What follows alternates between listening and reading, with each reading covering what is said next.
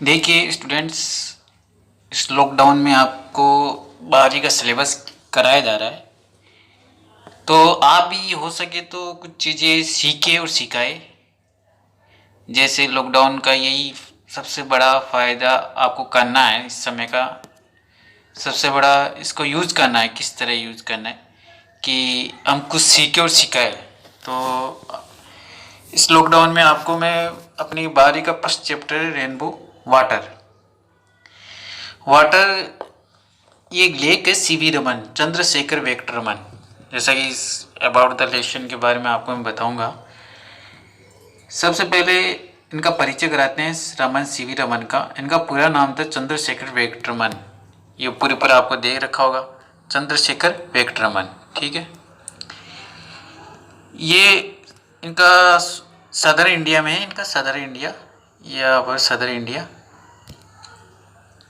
तो सदर इंडिया में ये दक्षिण भारत जिसको बोलते हैं, वहाँ पर जन्मे थे और अपनी पूरी लाइफ डिवोटेड, पूरी लाइफ समर्पित कर दी थी साइंस और रिसर्च में। इन्होंने पूरी लाइफ कर दी थी और he was awarded the Nobel prize की फिजिक्स में इनको मिला हुआ है।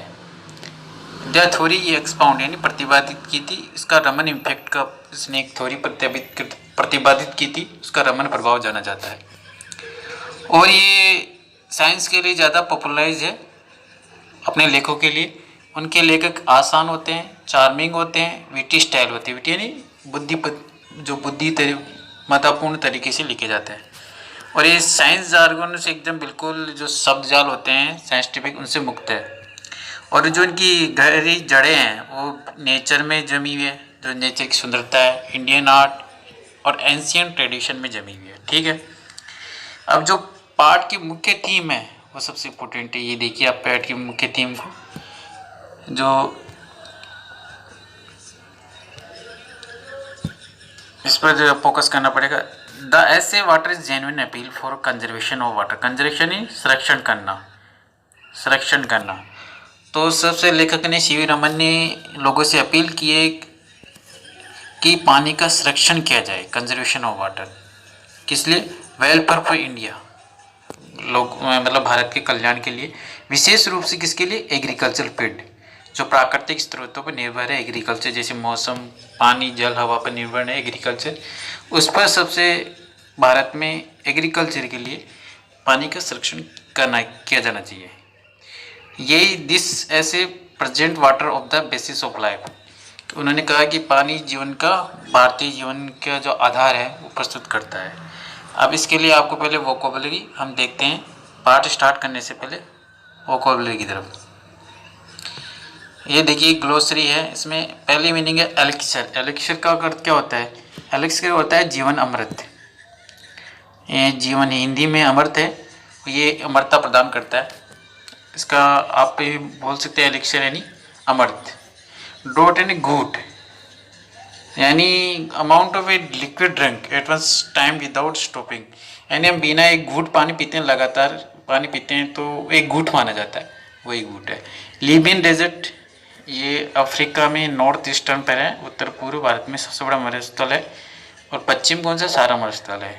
जैसे अफ्रीका महाद्वीप ये है तो इधर का एरियन लिबियन, इधर का सारा मरुस्थल माना जाता है। ठीक है, फिर valley of Nile. Valley of Nile यानी क्या होता है? यानी नील की नदी की घाटी, जो सबसे लंबी नदी है नील नदी, वो अपने साथ कुछ उपजाऊ ज़मीन लेके जाती है तो घाटी का निर्माण करती है। जैसे अब ये अफ्रीका महाद्वीप है, ये यहाँ से केन्या से, युगांडा से निकलती है, विक्टोरिया झील से, सॉरी, ये युगांडा के पास से, यहाँ से निकल के भूमध्य सागर में गिरती है। तो ये अपने साथ एक घाटी बनाती है इधर, वैली ऑफ द नील, और भूमध्य सागर में गिर जाती है। ठीक है, सी ऑफ बिलोइंग सैंड यानी लार्ज विंडी डेजर्ट, मतलब बहता हुआ मिट्टी, बहती हुई मिट्टी, एक जगह से हवा के माध्यम से एक जगह से उठ के, या पानी के माध्यम से एक जगह से उठ के दूसरी जगह चले जाती है। टीमिंग यानी भरपूर, टीमिंग और क्या? भरपूर। मेडिटेरियन का पता ही है, भूमध्य सागर, जो अफ्रीका और यूरोप महाद्वीप को अलग करता है। ठीक है, अब आगे चलते हैं। स्लिट, स्लिट का मतलब होता है गाद। गाद का अर्थ है गाद। गाद मतलब एक मिट्टी, अपने छोटे छोटे कण होते हैं मिट्टी के, जो उपजाऊ होते हैं वो एक स्थान पर दूसरे स्थान पर हवा के माध्यम से चले जाते हैं, सॉरी पानी के माध्यम से एक जगह से इकट्ठे हो जाते हैं पानी के माध्यम से। तो एक गाद उपजाऊ गाद का निर्माण करते हैं। ठीक है, जैसे अपनी गंगा नदी का उपजाऊ क्षेत्र है, वो मेरी गंगा नदी द्वारा पानी द्वारा लाया गया है, तो उसको गाद बोलते हैं। एबिसिनिया इसका पूरा वर्तमान में नाम है यूथोपिया। और पोटेंट, पोटेंट का अर्थ है पावरफुल शक्तिशाली। ट्रिकलिंग यानी छोटी छोटी बूंदें टपकना बहना। रिसना तो, और क्रस्ट क्या होता है, जो चट्टानों की ऊपरी सतह कठोर सतह उसको बोलते हैं क्रस्ट। और सोइल इरोजन, मिट्टी का कटाव, ये जानना जरूरी है। मिट्टी का कटाव कैसे होता है, पानी और हवा के माध्यम से मिट्टी का कटाव होता है। गलीज रेवेनीज यानी जो नालियाँ कंदरें बनती है पानी के बहाव से बड़ी बड़ी खड्डे हो जाते हैं, उनको गलीज रेवेनीज बोलते हैं। फिर रस, रस यानी लकीर, जो पानी कभी गाड़ियों की वजह से छोटे से खड्डे रास्तों में खड्डे बन जाते हैं, उनको लकीरें बनते हैं। ठीक है, फिर होता है टेरेसिंग। टेरेसिंग होता है एक सोपान होता है, जैसे सीढ़ीदार खेती होती है कई खेतों में, आपने देखा है कि पहाड़ी इलाकों में सीढ़ीदार खेती होती है, तो उसको टेरेसिंग बोलते हैं, सोपान। ठीक है, बंड्स यानी बांध, आप समझते ही हो। ठीक है, अब पार्ट स्टार्ट करते हैं। पहले इन सभी वोकैबुलरी को जानना बताना जरूरी था, क्योंकि आप मीनिंग आएगी तभी आप इसकी व्याख्या कर सकोगे, पार्ट को अच्छी तरह समझ सकोगे। ठीक है, अब पार्ट की तरफ चलते हैं अपन। सबसे पहले है वाटर। वाटर का फर्स्ट पैराग्राफ है, वो किस पर है, तो सबसे पहले अपन पार्ट का अध्ययन करते हैं। Men age through age a shot in vain an imaginary elixir पुकलाइप। एलेक्सरी का मैंने अब अमृत बताया था। तो आज वर्तमान समय मेन आदमी क्या है कि व्यर्थी अमृत की, जो जीवन का अमृत है, कल्पनाशील अमृत है, उसके पीछे भाग रहा है। व्यर्थी इन वेन क्या होता है, व्यर्थी, उसके पीछे तलाश रहा है। द डिवाइन अमृत, जो एक देवी अमृत है। A draught of which was thought to confer immortality, उसकी एक बूंद भी आदमी को अमरत्व प्रदान करती है। आपको पता है अमरता की। But the true elixir of life like near our, लेकिन सच्चा जीवन जो पानी का अमृत है वो क्या है, हमारे हाथों में है। क्या है वो, आपको पता है वाटर है। For it is commonest to all, वो सभी के लिए लिक्विड, कॉमनेस्ट यानी सर्वसुलभ है, ऑफ ऑल लिक्विड्स, मतलब वो सभी के लिए सर्वसुलभ है। प्लेन वाटर, एक सादा सिंपल पानी, वो सभी के लिए सुलभ है और अपने हाथों में ही है। वो जीवन का सच्चा अमृत सीवी रमन ने माना है। एक बार सीवी रमन बताते हैं अपने बारे में, तो क्या है, I remember one day standing on the line which separate the Libyan desert from the valley of the Nile और इजिप्ट। एक बार वो खड़े थे कहीं पर भी, तो वहाँ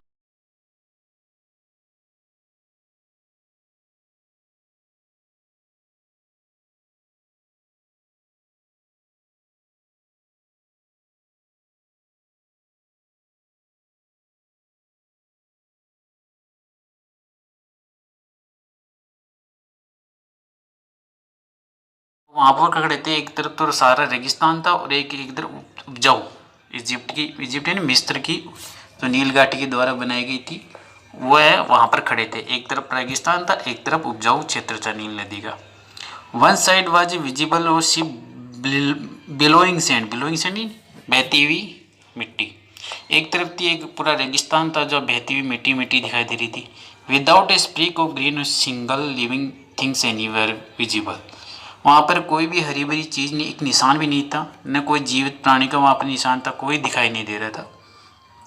मतलब वहाँ पर कुछ भी दिखाई नहीं, ऐसा हरी कोई जीवित प्राणी लिविंग बीइंग भी नहीं था, न कोई हरियाली थी।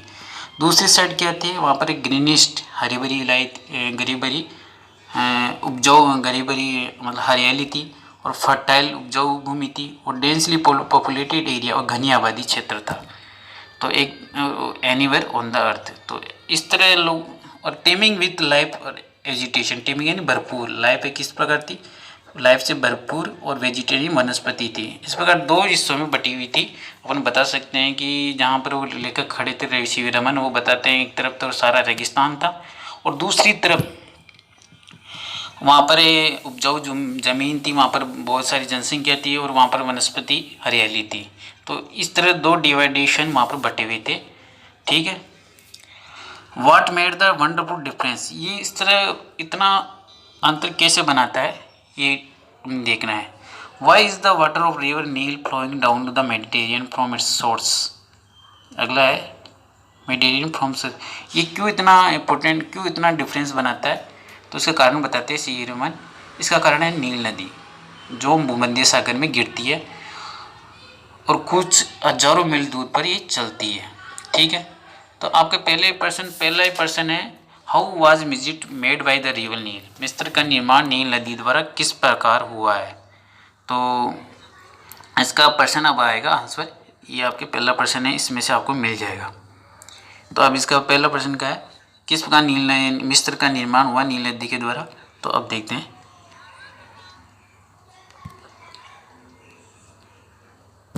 तो geologist tells us that entire soil of the Nile is the creation of Nile itself. जो भूगर्भिक शास्त्रीय जियोलॉजिस्ट उनको बोलते हैं, जो पूरी जो नील नदी की मिट्टी है उस घाटी का निर्माण नदी अपनी स्वयं करती है। कैसे करती है नदी स्वयं।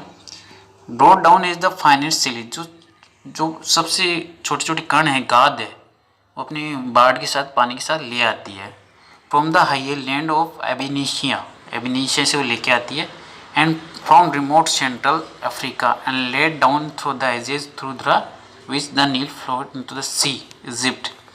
और वो कहाँ से लेके आती है, एबिनिशिया, और बहुत दूर सेंट्रल अफ्रीका से, जो अफ्रीका मैंने बताया था ये बीच में से यहाँ से लेके आती है, विक्टोरिया झील से लेके वहाँ से बीच बीच में होके ये सेंट्रल अफ्रीका से लेके आती है। ठीक है, और वो कहाँ पर इसको रख देती है, मतलब खूब वर्षों तक वो चलती रहती है और अपने साथ लेके जाती है और नील नदी समुद्र में गिर देती है भूमध्य सागर में। लेकिन उससे पहले ये यहाँ पर आ जाता है, मिस्र बहुत सारे भूमध्य सागर के पास है। ठीक है, तो Egypt in fact was made by river, जो मिस्र का निर्माण हुआ है वास्तव नील नदी की वजह से ही हुआ है।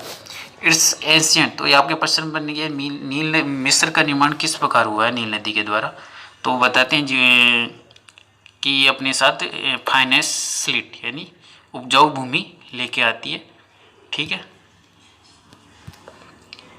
आपने बताया यहाँ पर ये फाइनेंस स्लिट यानी अपनी उपजाऊ भूमि ले जाती है फ्लड वाटर के साथ, और कहाँ से लाती है, एबिनिशिया और सेंट्रल अफ्रीका से लेके जाती है, और इजिप्ट में ये जाती हुई वहाँ पर उपजाऊ घाटी का निर्माण करती है, जिससे वहाँ पर इजिप्ट का निर्माण हुआ है। तो आपका ये प्रश्न पहले का आंसर हो सकता है। इस ancient soil region was created and sustained by the life giving water which come down year after is unfailing regularly. और इस जो मिस्र सभ्यता का निर्माण हुआ है इसी नील नदी की वजह से हुआ है, और ये लोगों को पानी भी प्रदान करती है, वर्षों तक ये लगातार बहती आ रही है लगातार।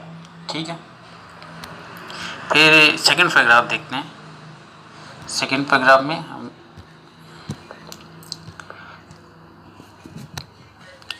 I give this example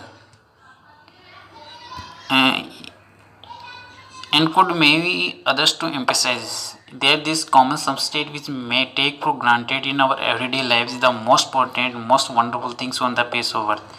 तो लेखक एक और एग्जाम्पल देता है और इस चीज़ पर जोर डालता है कि सबसे जो सामान्य द्रव्य पदार्थ है वो सभी के लिए सुलभ है। बताते हैं हमारी जो प्रतिदिन दिनचर्या में सबसे पावरफुल है ये, और हमारी पृथ्वी पर ये पाया जाता है पानी, जो बता रहे हैं लेखक। ठीक है, ये वंडरफुल थिंग्स है और मोस्ट पोटेंट है। तो ये पृथ्वी पर भगवान ने ये दी है पृथ्वी पर, तो सभी के लिए यूजफुल है।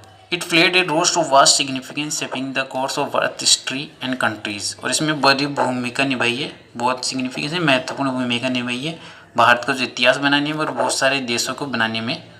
To play leading the role in drama of life in surface of our planet, यानी इस पृथ्वी पर जो भी ड्रामा हुए, नाटक हुए, देश, ठीक है, सॉरी कंटिन्यूज है ये, कंट्री नहीं, जो लगातार हमारे जो पृथ्वी पर जो जीवन में ड्रामा चल रहे हैं वो पानी की वजह से हुए हैं, और जो भी पृथ्वी पर जो प्लेनेट है उन पर ड्रामा हुए हैं वो पृथ्वी की वजह से। इस प्रकार पानी ने, लेखक बताता है कि ये सबसे सभी को सर्वलभ, सभी के लिए उपलब्ध है और हमारी लाइफ में सबसे महत्वपूर्ण है। ठीक है, इस पृथ्वी पर, और इसी की वजह से एक इतिहास बना हुआ है। जैसे इजिप्ट का मैंने बताया था, यहाँ पर सभ्यता विकसित हुई है, तो इसी की वजह से। फिर थर्ड पैराग्राफ में चलते हैं अपन। थर्ड पैराग्राफ में है there is nothing which added so much beauty of the countryside is water. इस प्रकार जो कंट्री साइड है यानी ग्रामीण क्षेत्र है, रूरल एरियाज है, उनकी सुंदरता भी पानी की वजह से ही बढ़ जाती है। इसके अलावा पानी की सुंदरता वहाँ पर नहीं बढ़ सकती पानी के अलावा। अगर पानी नहीं है तो गांव में तो कोई सुंदरता नहीं है। Be just little stream trickling over the rocks. पहाड़ियों पर जैसे झरने बह रहे हैं, ट्रिंकिंग मैंने बताया था पानी टपकना। झाड़ियों पर जैसे चट्टानों पर थोड़ी थोड़ी मात्रा में पानी बहता रहता है एक झरने की तरह। Little pond by the wayside where the cattle quench the thirst of evening. और शाम को एक तालाब के नीचे जो मछुआरे हैं, केटल है नहीं, अपनी प्यास क्वेंच नहीं बुझाते हैं शाम को। तो कितना सुंदर लगता है, ये पानी की वजह से ही हुआ है। The rain fed tanks are so common in southern India large. जो दक्षिण भारत में है वहाँ पर बहुत सारे पानी के टैंक भरे हुए हैं, मतलब तालाब भरे हुए हैं। टैंक मतलब तालाब भरे हुए हैं, जो सामान्य है आपके लिए। Often so sadly neglected in their maintenance are a jarring sight when they're full. इस प्रकार ये कितना सुंदर होता है, जो पानी से तालाब भर जाते हैं तो कितना अच्छा लगता है। लेकिन अधिकतर बड़ी दुख की बात है, सभी के द्वारा उपेक्षित है आज वर्तमान में तालाब जो पानी भरे हुए हैं उनका संरक्षण नहीं किया हुआ है। तो इसमें सीवरेवन बड़े दुखी है। They are of course shallow, shallow मतलब छिछला है, but this least evident since the water is silt laden. Silt laden इन घास से भरा हुआ। स्लिट लेडन होता है घास से भरा हुआ। कई बार पानी घास जो तालाब वो घास से भरा हुआ है। और थ्रो द लाइट बैक, और एकदम प्रकाश, तो घास से भरा हुआ है और वापस ये प्रकाशित होता है। जब भी प्रकाश की किरणें पड़ती है तो वापस ये हल्का दिखाई देता है। And the bottom does not there show up. जब घास से भरा होता है तो छिछला होता है, तब ये इसका बॉटम दिखाई नहीं देता। ठीक है, तब घास से भरा होता है इसका बॉटम दिखाई नहीं देता, मतलब थोड़ा सा हल्का सा होता है। ठीक है, these tanks play vital role in southern India agriculture. तो इस प्रकार पानी दक्षिण भारतीय कृषि में भी बड़ी महत्वपूर्ण भूमिका निभाते हैं। तो आपका प्रश्न बनता है how does water added to the beauty of the countryside. तीसरा प्रश्न है ग्रामीण क्षेत्रों के सौंदर्य में जल किस प्रकार वृद्धि करता है। तो आपको ये बता देना रेन फेड टैंक्स यानी जो जल से तालाब से भरे हुए हैं, चट्टानों से धीरे धीरे ट्रिंकलिंग करते हैं और बड़े सुंदर दिखाई देते हैं। ठीक है, और शाम को व्यक्ति सनराइजिंग मतलब सूर्य उदय होता है और अस्त होता है तो कितना सुंदर लगता है तालाबों में। तो इस प्रकार कंट्री साइड में बढ़ाते हैं। ठीक है, और बड़े सुंदर लगते हैं। तो ये इसका प्रश्न आपको मिल जाएगा इसमें। In Mysore for example much of the rice is grown है। और बहुत सारे जो मैसूर क्षेत्र है उसमें चावल उगता है। और the some of this tanks are surprisingly large. It is a beautiful sight to see the sunrise set और वन ऑफ देव। और कुछ टैंक तो बहुत बड़े होते हैं, बड़े सुंदर दिखाई देते हैं। जब सनराइज होता है और अस्त होता है तो बड़े सुंदर दिखाई देते हैं। तो ये भी आपको एक पॉइंट ले सकते हो कि किस प्रकार सुंदरता बढ़ाते हैं ग्रामीण क्षेत्रों में। वाटर इज द लैंडस्केप में be compare to the eyes in human face. इस प्रकार वाटर है ना, जो दृश्य पर भूमि दृश्य पर एक आँख की बात है। जो तालाब है जो पानी है वो पृथ्वी से अगर अपन दूर से देखें आँख की भांति दिखाई देता है। पृथ्वी पर एक तालाब है, आँख की भांति बड़े सुंदर दृश्य में दिखाई देता है। जब भूदृश्य है उस पर पानी कैसा दिखाई देता है, आँख की भांति दिखाई देता है। आपने बताया ना आँख नीली नीली होती है, किसी की वाइट होती है तो बीच में काला। तो इस प्रकार वही एक इमेजिन कल्पनाशील लेखक कर रहा है। It reflect the mood of the hour. ये अपने मूड को भी रिफ्लेक्ट करता है। Being bright and gay when the sunshine. कभी बार आपने देखा कि जो सनशाइन होता है तो कितना सुंदर लगता है, कितना चमकीला लगता है पानी। और turning to dark and gloomy when the sky overcast. जब बादल छा जाते हैं तो ये एकदम भयंकर काला एकदम ऐसा हो जाता है तो ये निराशा से हो जाता है। तो अपनी मूड को भी रिफ्लेक्ट करते हैं। ठीक है, तो ये आपके थर्ड पैराग्राफ हो गया। अब चौथा पैराग्राफ आपको अब देखते हैं। One of the most remarkable facts. क्या है मोस्ट रिमार्केबल फैक्ट्स क्या है? Water is to power to carry silt और finely divided in soil in suspension. जो सबसे महत्वपूर्ण तत्व है पानी का, अपने साथ स्लीट यानी गाद ले जाता है और वो डिवाइड सोल इन सस्पेंशन अपने भाव में वो डिवाइड कर देता है उसको। मैंने घुल जाता है सस्पेंशन उस भाव में। ठीक है, this is the origin of characteristic colour of the water in rainfed tanks. और ये पानी की महत्वपूर्ण विशेषता है कलर में, किस प्रकार जैसे तालाब है उसमें पानी किस प्रकार बदलता है, ये महत्वपूर्ण विशेषता इसमें ओरिजिन उत्पत्ति होती है तालाबों में किस प्रकार होती है देखना। The colour varies with the nature of the earth in the catchment area most mainly after fresh inflow flowing rain. कई बार कैचमेंट एरिया होते हैं जो पानी का संग्रहण होता है, इस प्रकार किस प्रकार वो कलर बदलता है ये सबसे महत्वपूर्ण है। सबसे पहले बारिश होती है तो एक पानी फ्रेश होता है, लेकिन धीरे धीरे इसका पानी कैसे चेंज होता है। Swiftly flowing water can carry very large heavy particles. जब बरसात होती है भूमि पर तो वो अपने साथ बहुत सारे कण ले जाती है, बड़े बड़े कण, हैवी पार्टिकल्स यानी बहुत सारे बड़े बड़े कण ले जाती है। और finest particle how remain floating with the liquid in spite of their greater density. और अपने साथ बड़े बड़े घनत्व में वो लिक्विड में अपने साथ घनत्व में इसका घनत्व ऐसे पानी में बड़े बड़े कण ले जाते हैं तो उनका घनत्व ज़्यादा होता है। जो फाइनेस्ट पार्ट है, जो छोटे छोटे टुकड़े हैं कण होते हैं मिट्टी के, वो अपने साथ मिल जाते हैं, घनत्व ज़्यादा होता है। इस पर आर कैरिड ग्रेट डिस्टेंस और बड़ी दूर तक वो ले जाती है। ऐसे सच पार्टिकल्स आर ऑफकोर्स, वास्तव में ये पार्टिकल्स बहुत ही छोटे होते हैं। Their number is great, incredible large amount of solid water can be transported in this way. और इस बार ये बड़ी संख्या में एक जगह से दूसरी जगह ट्रांसपोर्ट किए जाते हैं, बड़े बड़े इतने बड़े, ठीक है, इतनी बड़ी मात्रा में छोटे छोटे कण। When silid laden water mixed with the salt water of the sea, there is a repeat precipitation of the sunspread water। इस बार एक गाज से भरा जो वाटर है इसमें अगर पानी का नमक भी मिल, लास्ट में क्या हो जाता है, इसमें पानी का जो समुद्र का नमक का पानी वो भी मिल जाता है। इस प्रकार वो घुलनशील हो जाता है भाव के साथ, किस यानी अवक्षेपण यानी घुलनशील हो जाता है बहते पानी के साथ। धीरे धीरे पानी जो गाद होती है स्लिट गाज से मध मिला युक्त पानी होता है, जो खारे पानी समुद्र के पानी से मिल जाता है तो उसमें तुरंत घुलनशील हो जाता है। This can be directly seen when one travels by steamer down a great river to deep sea. हम इसको कैसे देख सकते हैं, जब हम पानी की नदी में अगर स्टीमर चलाए और समुद्र की तरफ जाए तब उस पानी में किस प्रकार चेंजेस होता है वो आपको पता लग जाएगा। नदी का पानी कैसा होता है, समुद्र का पानी कैसा होता है। The colour of water changes successfully from the muddy red brown silt through varying shades of yellow and green finally to the blue of deep sea. तो सबसे इंपॉर्टेंट इस पैराग्राफ में किस प्रकार पानी का चेंज होता है, पहले धीरे धीरे चेंज होता है। पहले मड्डी रेड यानी मड्डी में मटमेला सा रंग होता है, फिर ब्राउन एंड भूरा हो जाता है स्लिट की वजह से, फिर येलो में हो जाता है, फिर लास्ट में फाइनल में ग्रीन में हो जाता है और अंत में ब्लू में हो जाता है। ग्रीन फाइनल टू, तो फिर अंत में लास्ट में समुद्र में जाके ब्लू हो जाता है। इस प्रकार पानी का चेंजेस होता रहता है इसमें, ठीक है। फिर those great tracts of land have been formed by silt thus deposited examination of the soil annual area.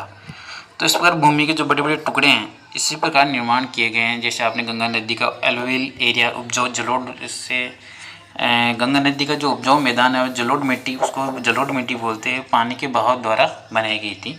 तो such land consistent in dissolve finely divided matter is usually very fertile, जो बहुत ही उपजाऊ मानी जाती है इस प्रकार की जो लैंड होती है, ठीक है। तो इस प्रकार आप ये कर सकते हो।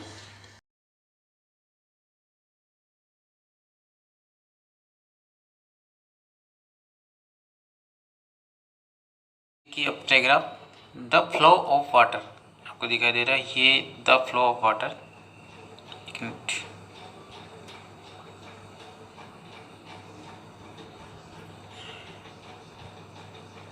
The flow of water has undoubtedly played a great part in beneficence in the geological process by which the soil on the earth's surface has been formed from the rocks of the scarps। तो इस प्रकार इस paragraph में सबसे important है कि मिट्टी का निर्माण किस प्रकार होता है, जो सॉइल से अपनी मिट्टी का निर्माण किस प्रकार होता है, उसका कटाव कैसे होता है, सॉइल इरोजन कैसे होता है और सॉइल इरोजन को किस प्रकार रोका जा सकता है। ये पैराग्राफ थोड़ा इम्पोर्टेंट है। इसमें दो क्वेश्चन बनते हैं आपके। What are the successive step in the process of soil erosion, मृदा अपरदन की प्रक्रिया के चरण क्या है। दूसरा है what are the various measures suggested to check soil erosion, मृदा अपरदन को रोकने के लिए सुझाए गए विविध उपाय क्या है। तो ये प्रश्न आपके बनते हैं। तो सबसे पहले द फ्लो वाटर है, सबसे जो पानी जो बहता है उसने अपनी महत्वपूर्ण भूमिका निभाई है, और ये सबसे पहले बेनिफिशियरी लाभदायक भी है। जियोलॉजिकल प्रोसेस होता है, जो भूगर्भिक प्रक्रिया होती है उसके तहत ये इसमें लाभदायक भी होता है। By which the soil on the earth surface has been formed from the rock of its course, और जो मिट्टी की सरफेस, जो मिट्टी की सतह पर मिट्टी का निर्माण होता है वो है रॉक्स, जो चट्टानें हैं, वो क्रस्ट, जो चट्टानों की ऊपरी सतह है वहाँ उनकी जो भूगर्भिक प्रक्रिया है उसके तहत इसका निर्माण होता है। जो भूगर्भिक प्रक्रिया है, अपने जो ऊपरी चट्टानें हैं उनकी वजह से जो प्रक्रिया चलती है उसकी वजह से मिट्टी का निर्माण होता है, क्योंकि वो अपने आप में टकराती है चट्टानें एक दूसरे से, तो मिट्टी की छोटे छोटे बारीक कण हवा के माध्यम से उठ के ज़मीन पर आते हैं, उस तरह मिट्टी का निर्माण होता है। The same agency however under appropriate condition, अगला है, can play destructive part and wash away the soil which is the foundation of all agricultures. इस प्रकार उसी तरह से ये एक महत्वपूर्ण डिस्ट्रक्टिव पार्ट भी बन सकता है, यानी विनाशकारी भी बन सकता है। कैसे? जैसे वॉश अवे द सोइल, वो मिट्टी को उड़ा के ले जाती है, विच इज़ द जो एग्रीकल्चर की मुख्य भूमिका निभाती है, उपजाऊ भूमि जो मुख्य आधार है उसको उड़ा के ले जाती है। If allowed to proceed unchecked can have the most disaster effect on the life of the country. इस प्रकार ये अगर इसको रोका नहीं जाता तो ये बहुत ही भयंकर इसका प्रभाव पड़ता है कंट्री पर, जो लोगों की कंट्री जो लाइफ है उनके जीवन पर बहुत ही इसका प्रभाव पड़ता है। जो हवा तो उड़ती है, मिट्टी का भी निर्माण होता है, लेकिन इसको रोका नहीं जाता तो एक उपजाऊ मिट्टी है जो किसी उठकर दूसरी जगह चली जाती है। The problem of soil erosion one of the serious import in various country specially in the many parts of India. तो जो सोइल इरोजन ही मिट्टी का कटाव है वो सबसे प्रमुख समस्या है विभिन्न देशों की, मुख्य रूप से भारत के विभिन्न हिस्सों में, जैसे राजस्थान का इलाका है। The condition under which occurs and measures by it can be checked are deserving of the closest study. अगर हमें ये घटनाएं होती है, किस स्थिति में होती है, अकरिंग गठित होती है, और उसके लिए मापदंड क्या है, इस बार किस प्रकार इसको रोका जा सकता है, चेक रोका जा सकता है, इसके लिए हमें क्लोज स्टडी का अध्ययन करना आवश्यक है। ठीक है। Soil erosion occurs in successive step. देखो ये प्रश्न आ गया कि सोइल इरोजन होता है लगातार एक के बाद एक स्टेप के बाद होता है, तो आपके चरण क्या है वो इसमें प्रश्न में आएगा। ये प्रश्न आपके छठा प्रश्न यहाँ से स्टार्ट हो जाता है लघुरात में। द अर्लीस्ट ऑफ विच में इजली पास अननोटिस। सबसे पहले जो सोइल इरोजन होता है वो दिखाई नहीं देता, अननोटिस होता है, धीरे धीरे उसके बारे में पता लगता है। In the latest stage the cutting up and washing away the earth is only too painfully apparent. फिर क्या होता है, धीरे धीरे कट लगता है, फिर वो एक क्या है, धीरे धीरे कट लगता है तो वो पृथ्वी से दूर चली जाती है, और ये धीरे धीरे painfully apparent the formation of deep gullies and ravines. और इससे क्या होता है, गलीज रेवेनीज यानी नहरें, जो कंदराएँ हैं, नालियाँ जो कंदराएँ, उनका निर्माण होता है धीरे धीरे। धीरे धीरे वो क्या है कि दरारें पड़ती जाती है, क्योंकि ये जगह मिट्टी कट लगता है, जैसे कोई पानी आ रहा है, तो इस प्रकार कटाव होता है पानी की वजह से। तो ये भी इसका हवा की वजह से कंदराई का निर्माण होता है। ठीक है, आगे देखते हैं।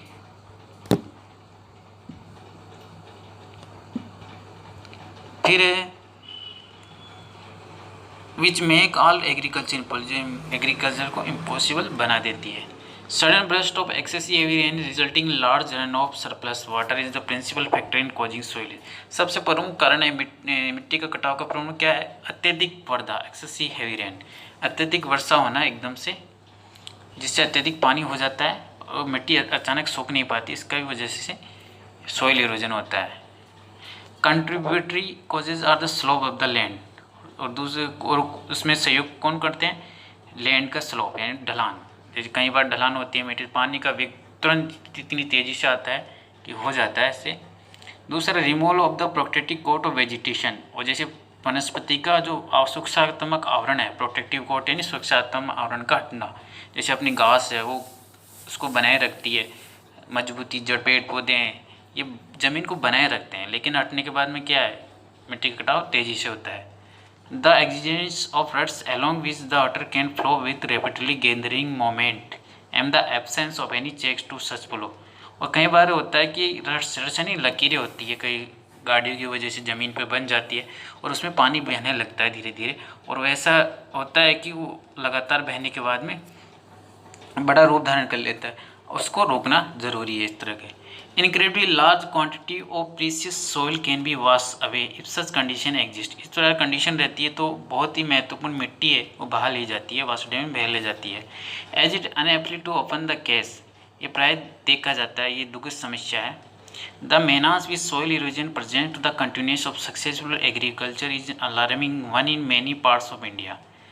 अब इस प्रकार जो विपदा है सॉइल इरोजन की वर्तमान में जो एग्रीकल्चर है उसके लिए बड़ी चेतावनी है भारत के विभिन्न देशों में।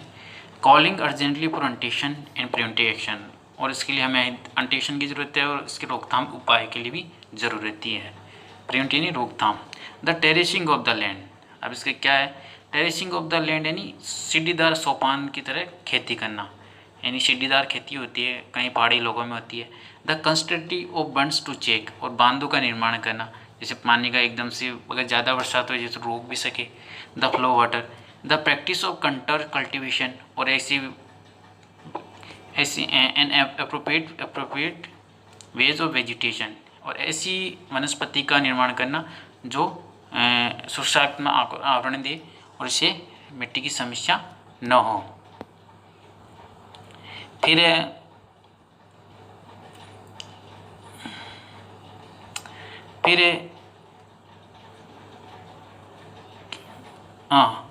It obviously that the aim should be to check the flow water at the earliest possible.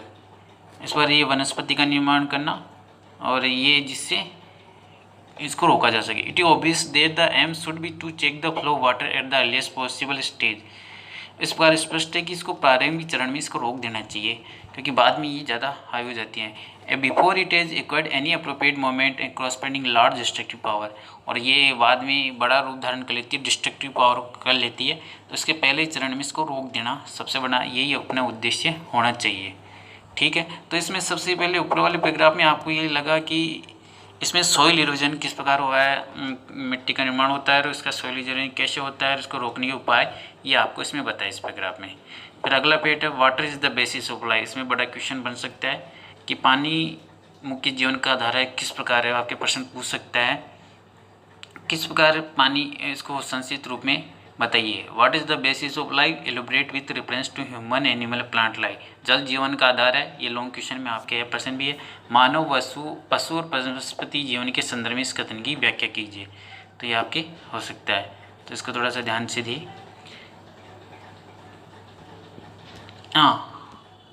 Water is the basis of life, एक मिनट। हाँ, water is the basis of life, पानी जीवन का आधार है। Every animal every plant contain a substantial proportion of free और combined water in its body.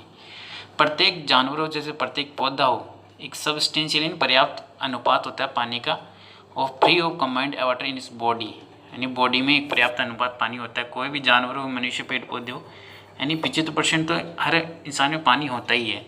Know kind of feasible activities possible in the fluid does not play an essential part, यानी कोई भी physiology activities के बिना संभव नहीं है।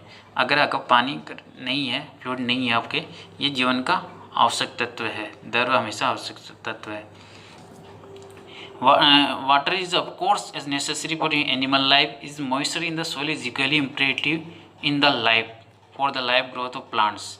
इस प्रकार पानी जानवरों के लिए आवश्यक है, साथ ही मिट्टी की नमी के लिए भी आवश्यक है पानी, क्योंकि ये प्रदान करता है पौधों को जो ग्रोथ के लिए उसको सहायक होता है। And ties through the quantity necessary varies enormously with the space, और इस प्रकार जो बहुत सारी जो स्पाइस है प्रजाति है पेड़ पौधों की, उसमें भी क्वांटिटी में इसमें वृद्धि होती है, तो उनमें ये पानी बहुत महत्वपूर्ण भूमिका निभाता है। ज़मीन की मतलब नमी को रखने के लिए पौधों में भी आवश्यक है। The conservation and utilisation of water, conservation संरक्षण और यूटिलाइजेशन उपयोगिता। Water is this fundamental for human welfare, इसका संरक्षण और उपयोगी, किस प्रकार पानी का संरक्षण करें, उपयोग करें, ये मानव कल्याण के लिए आधारभूत है। Apart from artisan water, artisan है पानी का, गहरे कुएं का पानी, the ultimate source is all case is rain और स्नोफॉल। वर्तमान इसके अलावा जो गहरे कुएं के अपने गहरे कुएं हैं, जैसे अपन एग्रीकल्चर फील्ड में है तो गहरे कुएं से सिंचाई करते हैं, ये अपना अंतिम सोर्स है। इसके अलावा कौन कौन से सोर्स हो सकते हैं? रेन हो सकता है, स्नोफॉल, इन पर ही हम डिपेंड है, बाकी गहरे कुएं के अलावा रेन और स्नोफॉल पे। Much of Indian agriculture depend seasonal rainfall, मौसमी कृषि, अपनी जो भारतीय कृषि है वो मौसमी कृषि पर निर्भर करती है। मौसमी वर्षा होती है, उस मौसमी वर्षा जैसे समय के अनुसार बरसती है, ठीक है, उस पर निर्भर करती है। इस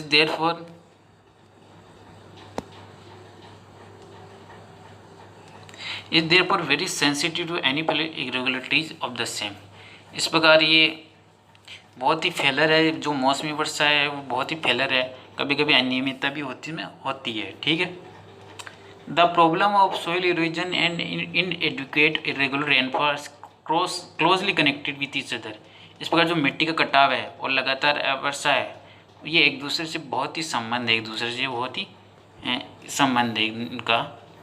it is clear that adoption of technique, मैंने बता दी किस प्रकार ये दोनों एक दूसरे से संबंध है। जब अचानक मान लो बरसात नहीं होती तो हवा के माध्यम से मिट्टी सूख जाती है और एक जगह से दूसरी जगह चली जाती है, इस प्रकार मिट्टी का कटाव होता है। अचानक तेज़ बारिश हो जाए, इरेगुलर रेनफॉल हो जाए तो पानी का एकदम से कटाव हो जाता है।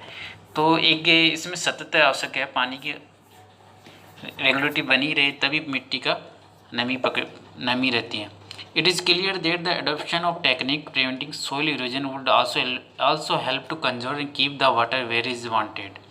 इस प्रकार ये स्पष्ट है कि हमें ऐसी टेक्निक अपनानी पड़ेगी कि सोइल इरोजन यानी मिट्टी कटाव को रोक सके और पानी का संरक्षण करे और इसको बनाए रह सके, जब चाहे हम इसको यूज में ले सके।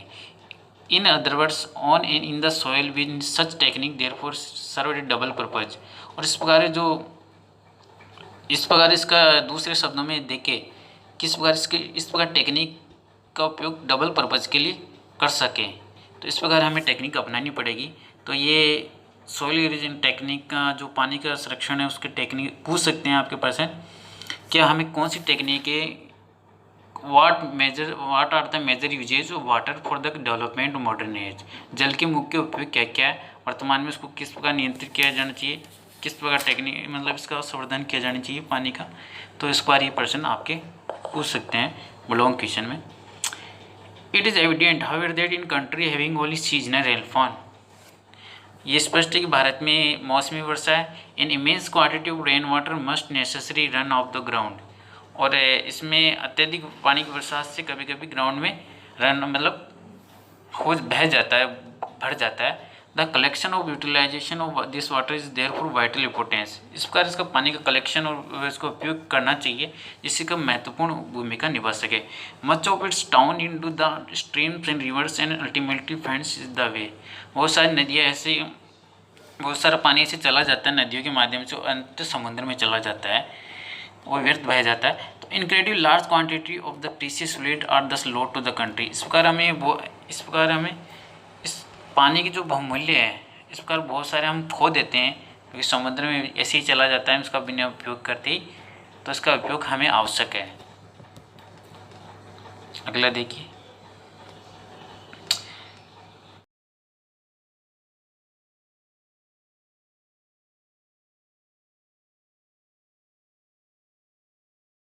द हार्नेसिंग ऑफ द, देखिए harnessing of the river, the water of which now mostly runs to waste is great national problem. तो इसको हार्नेसिंग मतलब नियंत्रित करना, हमें नदियों को नियंत्रित करना पड़ेगा जिससे कि पानी को वेस्ट होने से बचा सके। और भारत की जो नेशनल प्रॉब्लम है, बड़ी समस्या है, उस पर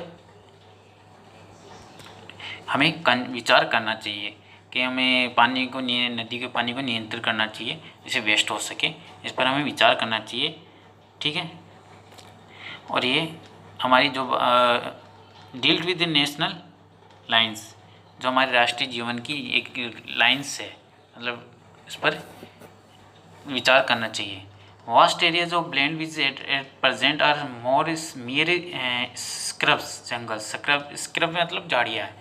बहुत जगह भूमि पर आजकल वर्तमान समय में झाड़ियाँ है, could be turn into fertile, और वो उपजाऊ भूमि में बदली जा सकती है। And prosperous country by courageous and well planned action, इसके लिए हमें समर्थ कंट्री द्वारा एक उत्साहपूर्वक वेल प्लान्ड एक्शन की आवश्यकता है। जो समर्थ देश है उनके थ्रू हमें एक समर्थ देश है उनकी तरह करेजियस या साहसपूर्वक वेल प्लान्ड एक्शन की आवश्यकता है। तो इस पर हम पानी का संरक्षण किस प्रकार कर सके, ये आप इसमें लिख सकते हो। वर्तमान में हम पानी का संरक्षण किस प्रकार करें, तो इसमें लिख सकते हो। ठीक है, अगला देखिए, closely connected with the conservation of water supply is the problem of operation. Operation है नहीं, वनीकरण, सॉरी वनोन्मूलन, वन का उन्मूलन। और दूसरा है जो कंजर्वेशन ऑफ वाटर है उसकी मुख्य समस्या क्या है, अपोरेशन। इसकी मुख्य जो बाधा है, जो प्रॉब्लम है, जो कंजर्वेशन वाटर में जो बाधा आ रही है वाटर सप्लाई में, वो ऑपरेशन यानी वनोन्मूलन है।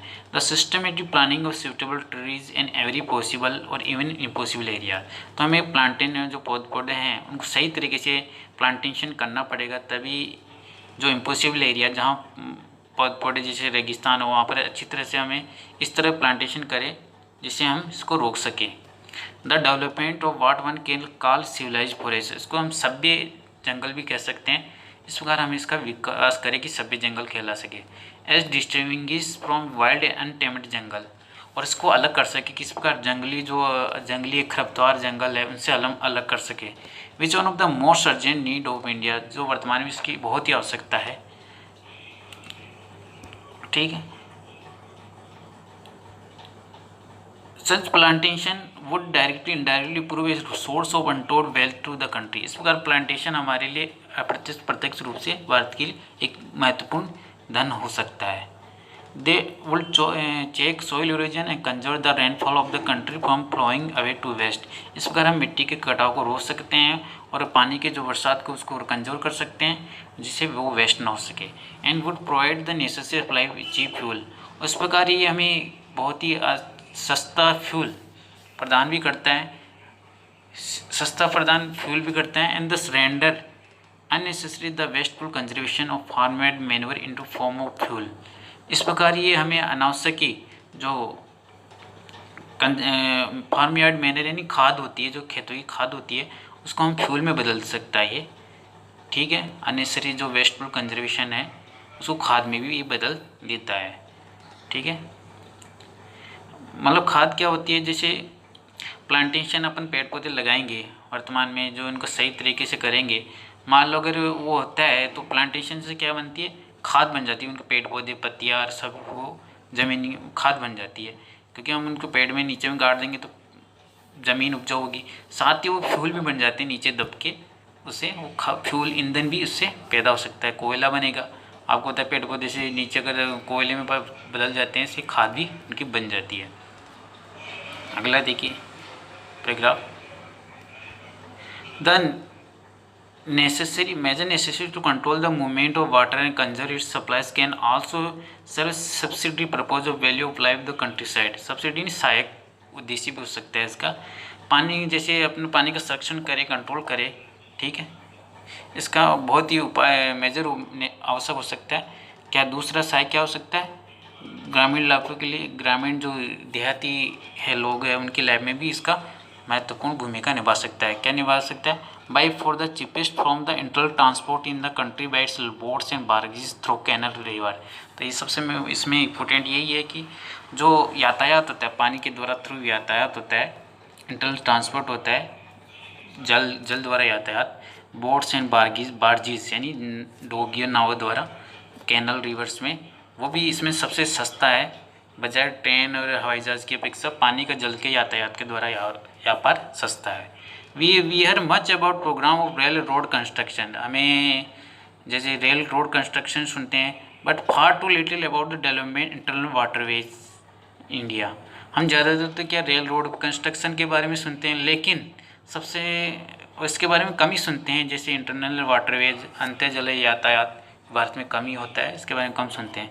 Then again the harnessing water supplies also make possible the development hydroelectric power. देखो हाइड्रोइलेक्ट्रिक पावर मैन है, जिस प्रकार अगर पानी को नियंत्रित करें तो इसमें यानी जल विद्युत का भी निर्माण हम कर सकते हैं। The availability of electric power would make a tremendous difference to the life of countryside. इस प्रकार ये अगर इलेक्ट्रिक पावर होगी तो ये जो ग्रामीण जीवन है उसको बदल सकती है लगभग। And enable the rural economy to improve in various direction, और जो इकोनॉमी के ग्रामीण लोगों की उनको भी वो चेंज कर सकती है, सुधार कर सकती है। In particular it would enable underground the water to be tapped to greater extent than it present, this help to overcome the difficulties arising from the irregularities in education other source of supply. विशेष रूप से जो underground water है उसको हम बहुत वर्तमान समय में बहुत इसका कम ही एक तरह से इसको कंट्रोल करें। जो अंडरग्राउंड वाटर है वो कम है, अगर उसको वर्तमान समय में कंट्रोल करें तो आने वाले समय में जो डिफ़िकल्टीज़ है जैसे इरेगुलरिटीज़ है, पानी की कमी है, उसको भी हम सप्लाई कर सकते हैं। जो क्योंकि जल स्रोत हमारे भूगर्भ जल स्रोत कम है और इस प्रकार हमें वर्षा के पानी को नियंत्रित करें और उसका एकदम सही उपयोग करें तो आने वाली जो विपदा है उस पर हम नियंत्रण कर सकते हैं। Next last finally last, in one sense what is the commonest of, ये सभी के लिए सुलभ है, ये आपको लाइन लिख सकती है हर पर्सन में। In other sense it is the most uncommon of liquid with amazing properties which are responsible is unique power of maintaining animal and plant life. ये इस पार्ट का सार है। तो ये अब वर्तमान में बहुत ही अब असामान्य हो गया है, सभी को मिल नहीं सकता। एक प्रॉपर्टी जो एक तरह की यूनिक पावर है पानी, जो एनिमल और प्लांट लाइफ को बनाए रखती है। The investigation of the nature and properties of water is therefore of the highest scientific interest in is far. तो हमें वर्तमान में नेचर प्रकृति का शोध करना चाहिए और पानी का संरक्षण किस प्रकार का इसके बारे में साइंटिफिक जो इंटरेस्ट सभी को इसमें इंटरेस्ट लेना चाहिए। Is far from been exhausted field और रिसर्च, और इसमें इस फील्ड को रिसर्च में बढ़ावा देना चाहिए ताकि पानी को नियंत्रित करना चाहिए, पानी को नियंत्रित कर सके और उसको संवर्धन कर सके, कंजर्व कर सके, प्रिजर्व कर सके और इसका आने वाली विपदा को, पानी की जो कमी है उसको हम पूरा कर सके। ठीक है, ये आपको मैंने बता दिया।